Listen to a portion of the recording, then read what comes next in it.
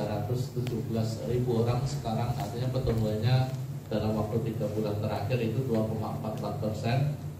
Kalau ini konstan, maka pertumbuhan dalam 1 tahun jumlah SID-nya itu bisa lebih dari 9%, ya.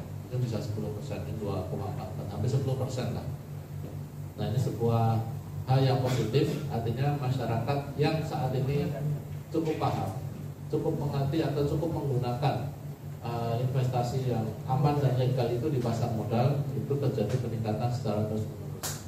Nah, ini saya mengundang nih teman-teman media yang mungkin selama ini selalu update informasi terhadap berita, barangkali sudah mulai belajar berinvestasi.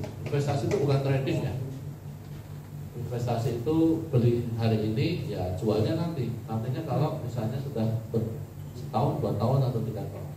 Jangan hari ini jual, besok beli, besok lagi jual. Nah, itu namanya trading. Nah, kalau trading kelola dan lain-lainnya tidak bagus, maka akan berdampak pada kesehatan. Yang syariah ada 4, ya, LKM syariah. Yang pertama LKM syariah Talaka, yang kedua LKM syariah yang ini LKM syariah yang di Cirebon. Terus Buntut Pesantren dan juga Kompak.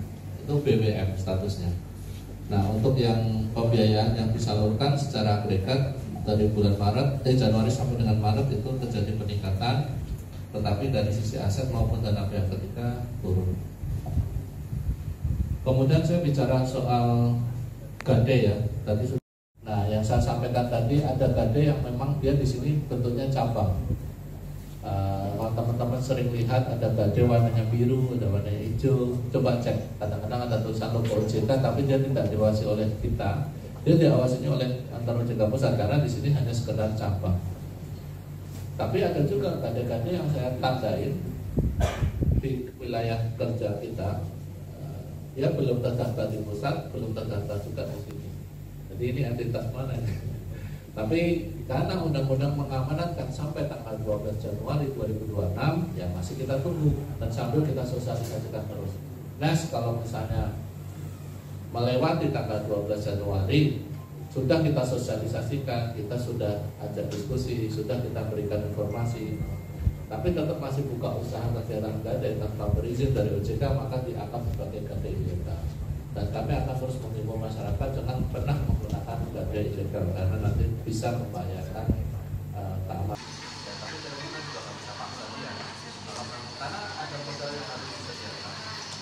Harus disiapkan tata kelola perusahaan juga itu juga semua.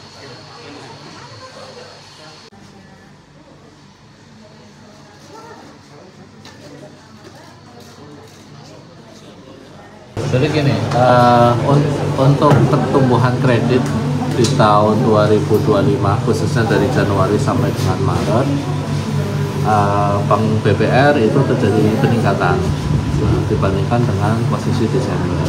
Tentunya ini menjadi sebuah harapan baru, ya, pertumbuhan kredit yang cukup meningkat diikuti dengan penurunan NPL yang lebih baik. Artinya kepercayaan masyarakat untuk menggunakan jasa keuangan khususnya di bidang perbankan, dalam hal ini Bank BPR, itu menjadi lebih bagus lagi. Hanya saja memang kalau kita lihat dari bank umum, pertumbuhan kreditnya meskipun ada pertumbuhan, tetapi juga ada penurunan dari sisi kualitas aset, kemudian jumlah asetnya sendiri juga berkurang, kemudian dana pihak ketiga pun berkurang gitu, ya. Tapi kita juga nggak bisa menafikan kondisi Maret kemarin itu banyak disinyalir karena beberapa faktor, ya, selain faktor ekonomi global. Kita juga kemarin banyak masyarakat yang mengambil uang karena memang memanfaatkan untuk kebutuhan Lebaran. Jadi di momentum itu juga masyarakat, anak-anak sekolahnya yang sudah mulai masuk sekolah juga menjadi kebutuhan yang harus dipenuhi. Pak, warning untuk masyarakat terhadap aksi-aksi penipuan digital, baik itu skimming dan lain sebagainya, dan yang terbaru adalah mengirimkan dana ke akun kredit dan lain sebagainya tanpa mengetahui. Ini bagaimana nih Pak, warningnya Pak? Kemarin kami mendapatkan salah satu nasabah pengaduan, ya, dan ini menjadi contoh yang baik. Jadi bagi masyarakat yang saat ini tiba-tiba dapat dana masuk, kemudian dia tanpa mengajukan aplikasi tetapi mendapatkan pembiayaan atau kredit gitu ya, tolong segera lapor kepada banknya untuk mengembalikan. Jadi jangan sampai karena ketidaktahuan kemudian memanfaatkan uang itu sudah digunakan, pada akhirnya nanti malah menjadi sesuatu yang merugikan bagi masyarakat sendiri. Nah, untuk kami dari OJK, tolong betul-betul masyarakat tuh paham ya, tidak ada di dunia ini tuh uang asal masuk jatuh dari langit, tidak ada ya. Kecuali waris. Pasti ada sesuatu yang latar belakang. Cek dulu apakah ada suatu transaksi uang itu masuk atau memang karena tiba-tiba mendapatkan dari lembaga jasa keuangan yang lain. Nah, ini cek dulu kepada bank. Ya, jika masyarakat yang awam ini takut menggunakannya, apakah bisa melapor langsung ke OJK atau seperti apa nih Pak? Ya, OJK selalu selama ini senantiasa melayani kepada masyarakat bila mana ada masyarakat yang pengen mengadu atau melaporkan, salah satunya mendapatkan dana atau rupiah di dalam rekeningnya tanpa ada sebuah underlying transaksi atau peminjaman. Nah, ini kemarin buktinya kami juga melayani salah satu nasabah datang ke kantor OJK, saya kok tiba-tiba dapat dana masuk, kemudian dana ini saya cross check ke banknya, katanya saya mengajukan pinjaman, padahal saya nggak pernah mengajukan.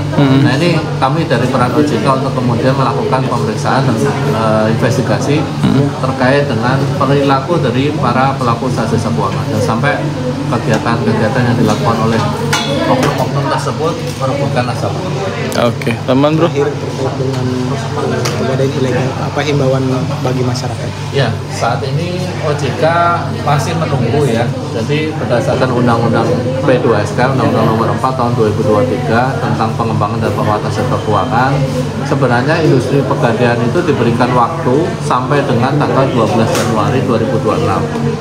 Mereka mengajukan izin atau memang menutup usahanya.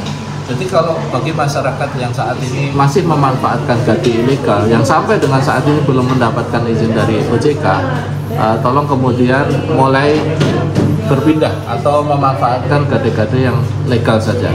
Karena banyak sekali gade-gade swasta di luar lembaga pegadaian yang mungkin kita tahu ya cukup besar. Itu sekarang sudah mulai banyak dan berizin dari OJK. Di Kota Cirebon sendiri sudah ada 2 lembaga pegadaian yang mendapatkan izin karena kantor pusatnya ada di sini. Ya, silahkan manfaatkan gade itu. Atau misalnya pegadaian yang memang berizin di kantor provinsi pusat gitu kan, kantor pusat di Jakarta, tetapi di sini punya cabang, ya silahkan memanfaatkan. Saat ini kami sudah menyurati seluruh pegadaian yang berizin di OJK agar mencantumkan logo itu berizin dan terdaftar di OJK, sehingga masyarakat tahu dan bisa membedakan mana yang legal dan tidak legal. Oke, Pak. Baik, terima kasih Pak. Terima kasih.